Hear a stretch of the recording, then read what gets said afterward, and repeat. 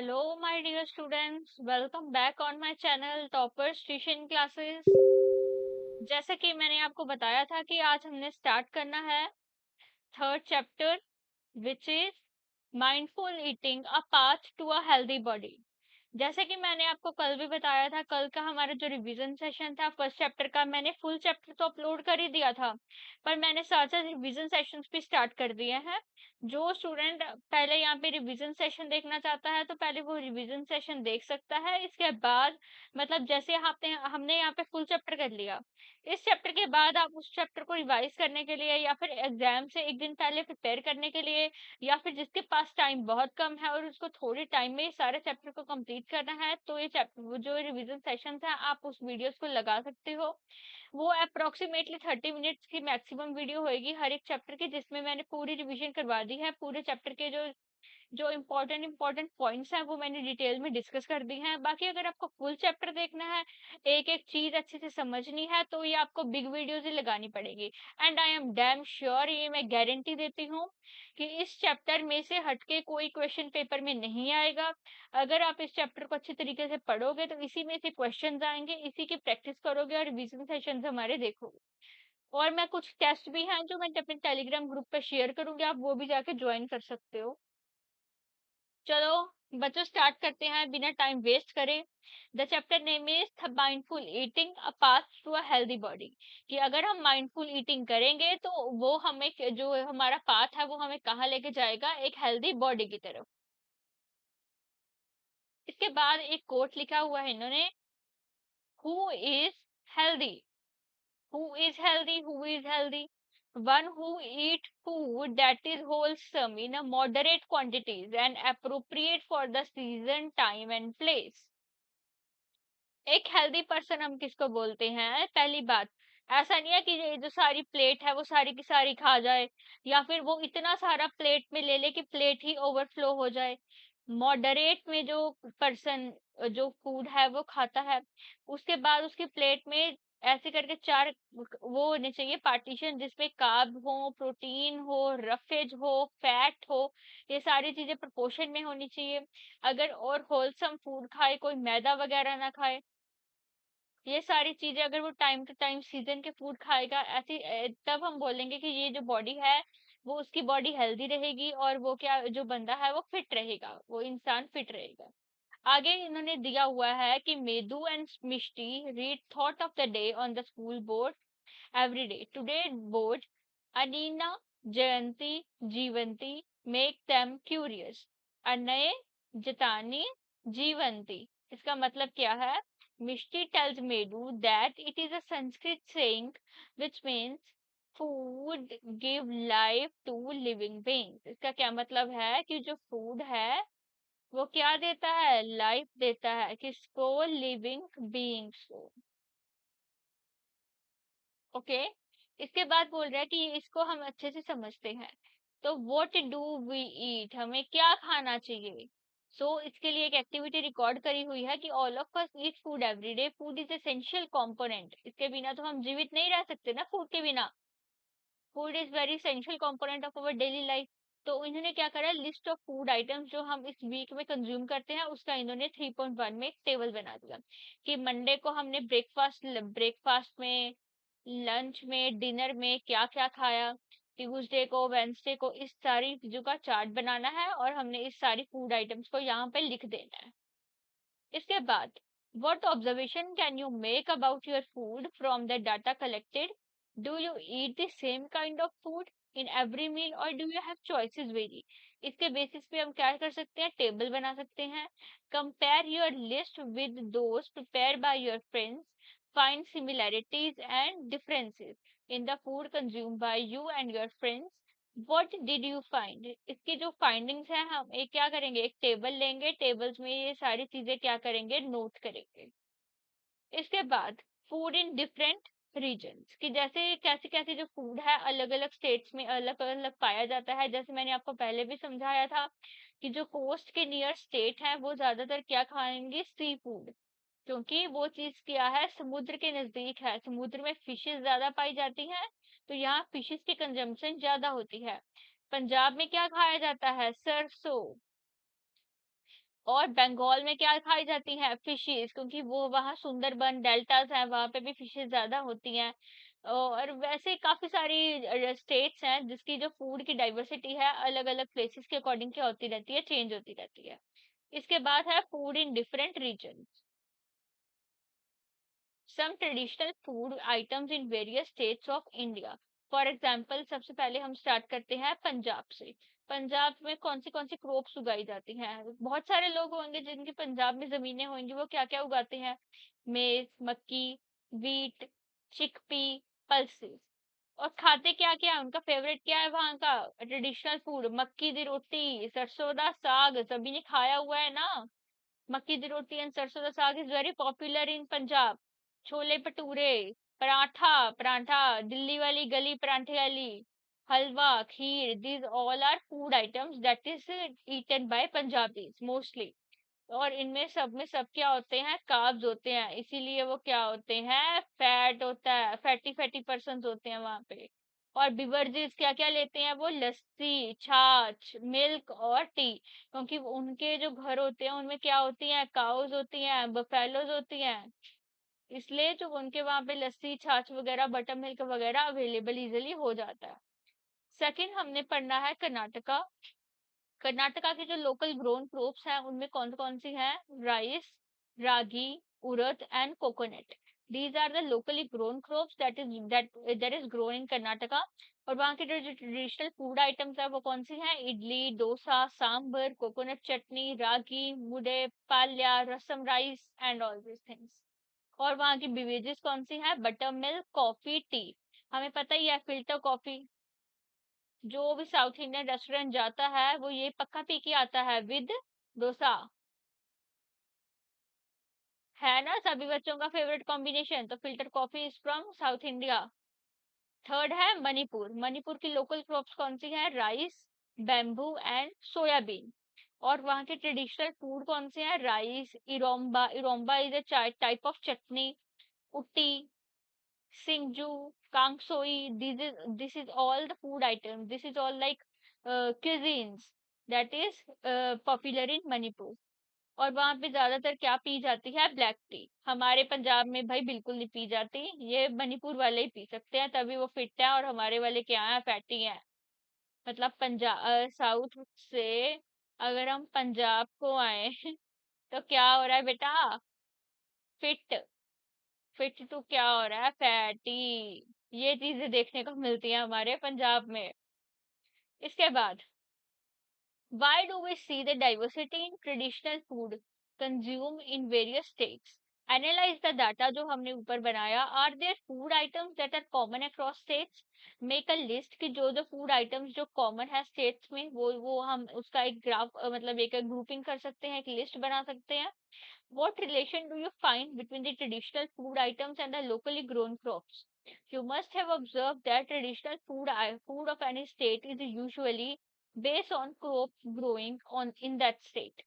India is a traditional country with diverse soil and climate types. India है जो agricultural country है, उनमें अलग अलग टाइप्स की हर एक सॉइल पाई जाती है, क्लाइमेट्स है। जैसे ये हमारा इंडिया है, सॉरी इंडिया अच्छा सा बन नहीं रहा, मैं एक बारी बनाने की ट्राई जरूर करूंगी, बिकॉज हार नहीं माननी चाहिए।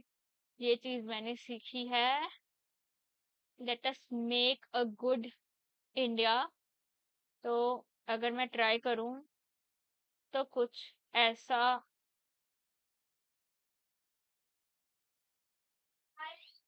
Okay, something something this is type of our India, I don't know.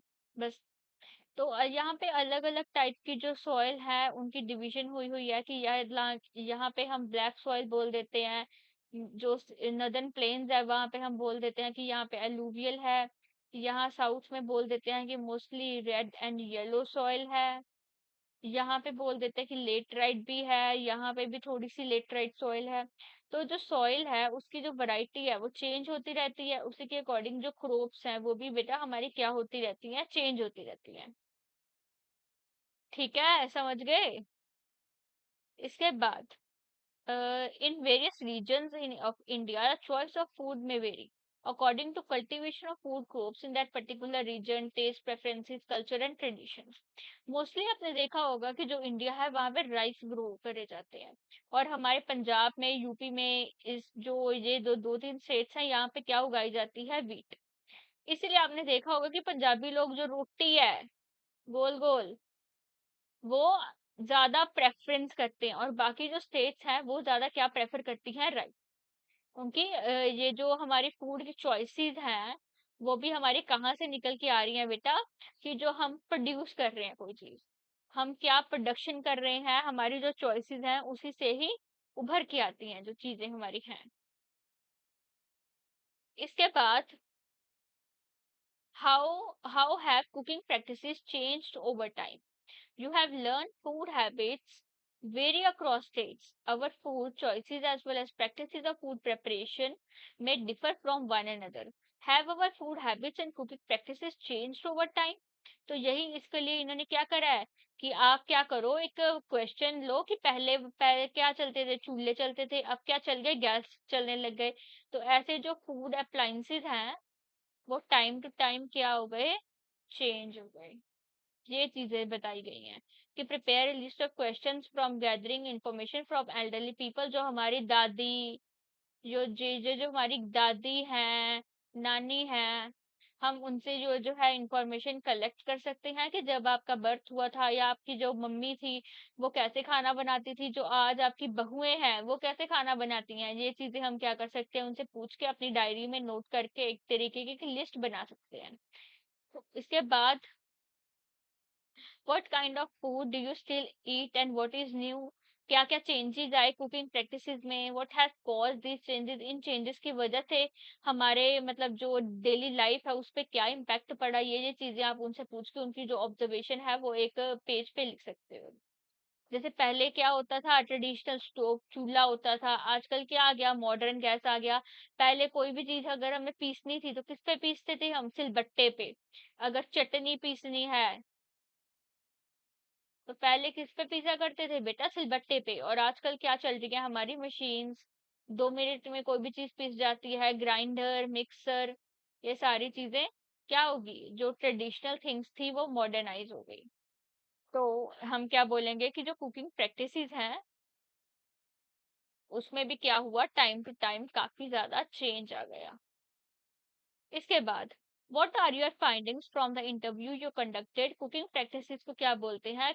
Culinary practices have changed over time. जो कुकिंग प्रैक्टिसेस हैं वो भी क्या हो रही हैं? चेंज हो रही हैं। कुकिंग प्रैक्टिसेस को हम साइंटिफिकली बोल सकते हैं culinary practices have changed over time. There is a significant difference between traditional and modern culinary practices. Earlier, most cooking was used done on chula. Nowadays, most of us used modern gas stove. पहले हम mostly क्या use करते थे? Traditionally चूल्हा use करते थे, और अब हम क्या यूज करते हैं? Modern gas stove. Earlier most of the grinding बस, पहले हम जो ग्राइंडिंग का प्रोसेस था वो किस पे करते थे? सिलबट्टा पे। आजकल हम क्या यूज करने लग गए? Electrical grinder. और भी बहुत सारी कुकिंग प्रैक्टिसेस हैं जो टाइम के अकॉर्डिंग चेंज हुई हैं। वो आपका होमवर्क है कि आप अपनी दादी नानी से पूछोगे कि ट्रेडिशनल आप कौन सी चीजें यूज करते थे, और वो चीजों को आज के टाइम, नाउ अ डेज, किस मशीन ने रिप्लेस कर दिया।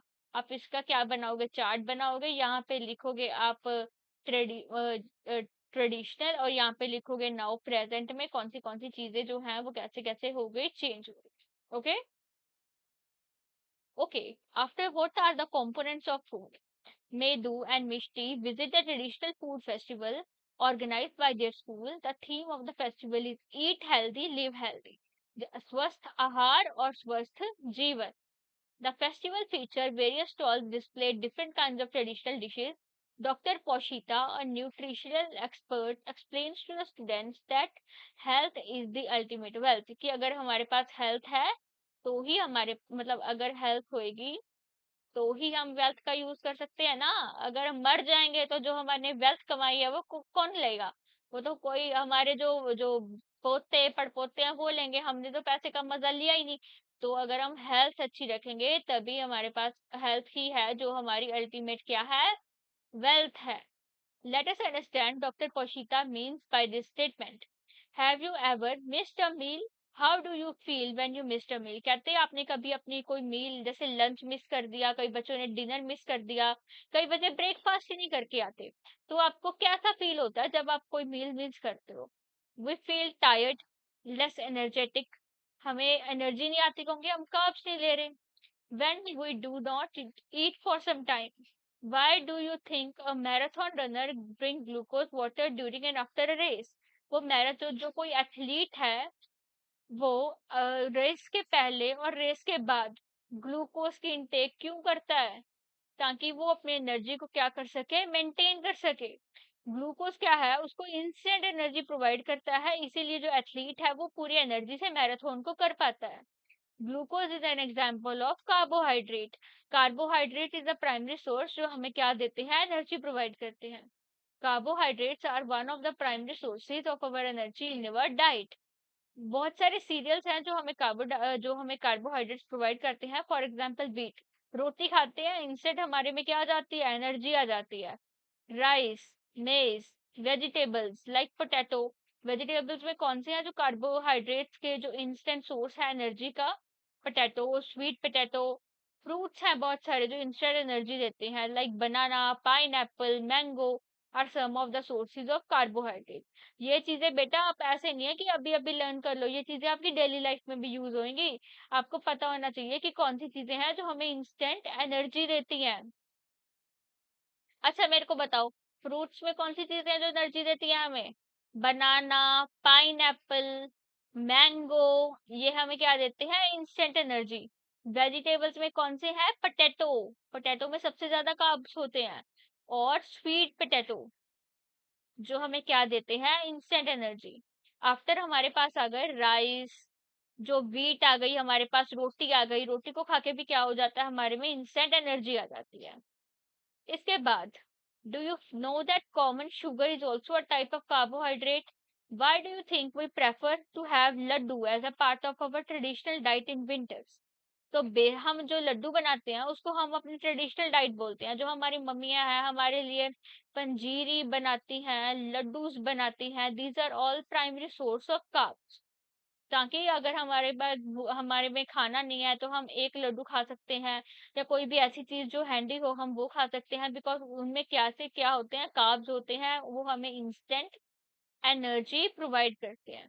Like besan and wheat flour, atta and ghee are among the main ingredients of laddu along with goond. Goond is edible gum और उसमें क्या पड़ते हैं, नट्स पड़ते हैं, सीड्स पड़ते हैं। जो घी है, ghee and various kind of oil are group under another kind of food component which is called fat। जो घी है और अच्छे टाइप के जो ऑयल्स हैं वो किस कैटेगरी के अंदर आते हैं, फैट्स के अंदर। तो जो हमारी मम्मियाँ हमारे सर्दी में हमारे लिए क्या बनाती हैं, पंजीरी बनाती हैं। और हमारे के लिए क्या बनाती हैं, जो पिन्नी होती है, जो जिसको हम बोलते हैं पिन्नीस बनाती हैं। ये सारी चीजें किसका सोर्स है, क्यों हम ये चीजें विंटर में खाते हैं? ताकि सबसे पहले हमारी बॉडी में क्या आ सके, हॉटनेस आ सके, हमें ज्यादा गर्मी ठंड ना लगे। बाकी ये जो इसके इंग्रेडिएंट्स हैं, मम्मी किसकी पिन्नी बनाती है आपकी, आटे की हो गया, बेसन की हो गया, उसमें घी भी डलता है, उसमें नट्स भी डलते हैं, these are all source of carbs. तो अगर आप किसी को जैसे कि हम बोल देते हैं कि किसी को टायर्ड फील हो रहा है, किसी को वीक फील हो रहा है, तो ये सारी चीजें खानी चाहिए जो विच इज इंस्टेंट कार्ब्स। और जो हमारे घी होते हैं और ये जो ऑयल होते हैं, these are under fat. Okay, तो मम्मी को बोलना है कि हमें भी लड्डू बना के दे और थोड़े मेरे लिए भी भेज देना। Okay. After, sources of fat can be from plants or animals. Nuts such as groundnuts, walnuts, coconut, and almonds, and seeds such as pumpkin seeds, sunflower seed, are all a sources of fat. Fat is a source of store energy. Fats क्या होते हैं, हमारी store energy. पहले वाले जमाने के लोग जो होते थे, जैसे हम अपने दादाजी की बात करें तो वो क्या कहते थे कि हम एक एक ग्लास, सपोज करो एक एक ग्लास देसी घी पी जाते थे वो। तो देसी घी क्या होता है, एक फैट फैट नहीं होती वो कि हम उससे मोटे हो जाएंगे, ये चीजें नहीं होती। वो क्या होती है? Store energy. पहले वो खेतों में जाके काम भी तो उतना ही करते थे।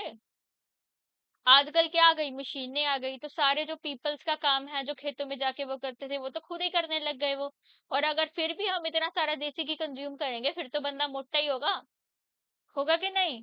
तो जो फैट्स के सोर्सेज हैं ये हमें ध्यान रखने हैं कि फैट्स के सोर्सेज कौन से हैं।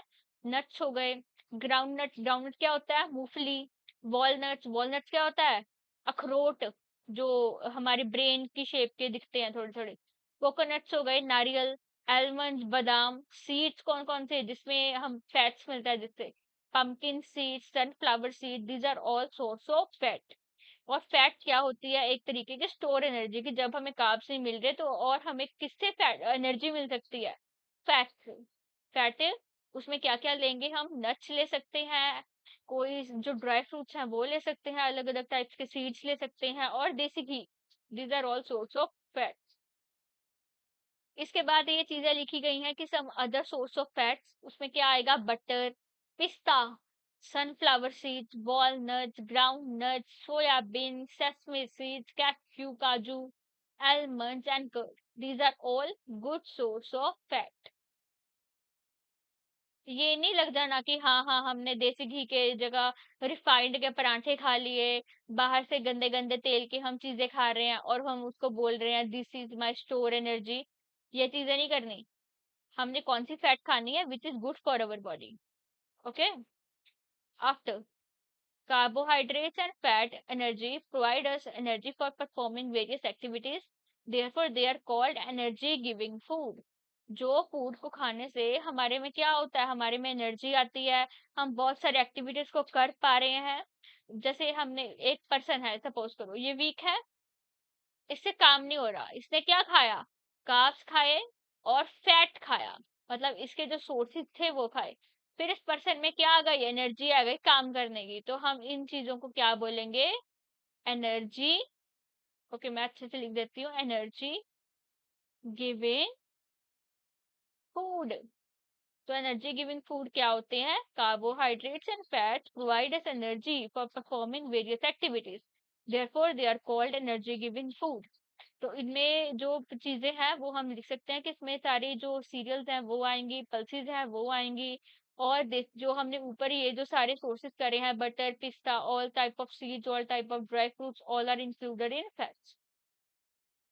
प्रोटीन हम जो टॉपिक है ये कल करेंगे, ये टॉपिक लास्ट कर लेते हैं पोलर बियर का। Polar bear accumulate a lot of fat under their skin.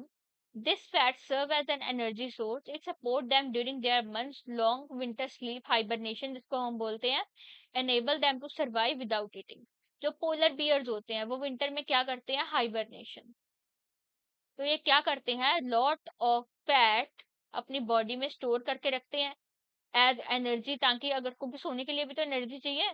तो ये जो सारी एनर्जी होती है ये हम अगर आपको पता हो कि सोते टाइम भी जो हमारी एनर्जी है वो बर्न होती रहती है। तो अगर वो चीजें जो, अगर पोलर बियर है वो हाइबरनेशन में जाएगा तो उसको क्या चाहिए? लॉट ऑफ, वो क्या स्टोर करते हैं? Accumulate a lot of fat under their skin. तो ये जो फैट होती है serve as energy source. It support them during their months long winter sleep, जिसको हम क्या बोल देते हैं? हाइबरनेशन, जिसकी वजह से वो बिना खाए काफी टाइम तक सरवाइव करके रह सकता है। आज हम बेटा यहाँ तक ही करेंगे, आगे कल स्टार्ट करेंगे। फिर ये वीडियो की लेंथ ज्यादा हो जाती है और बाकी इतना टाइम भी नहीं होता कि हम देख पाए। तो यहाँ मैं लिख देती हूँ पार्ट 1।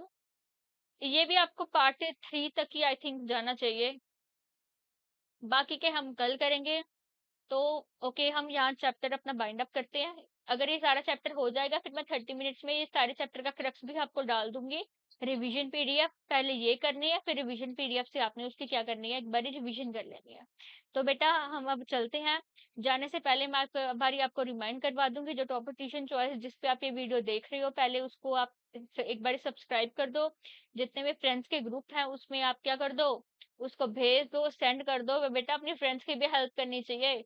और हमारा जो चैनल है वो ज्यादा से ज्यादा प्रमोट करो, because this is our new channel. So जितने ज्यादा स्टूडेंट्स हमें फॉलो करेंगे उतना ही हमारे में मोटिवेशन आएगा कि हाँ हम भी जो स्टूडेंट्स हैं उनकी क्या कर रहे हैं? हेल्प कर रहे हैं।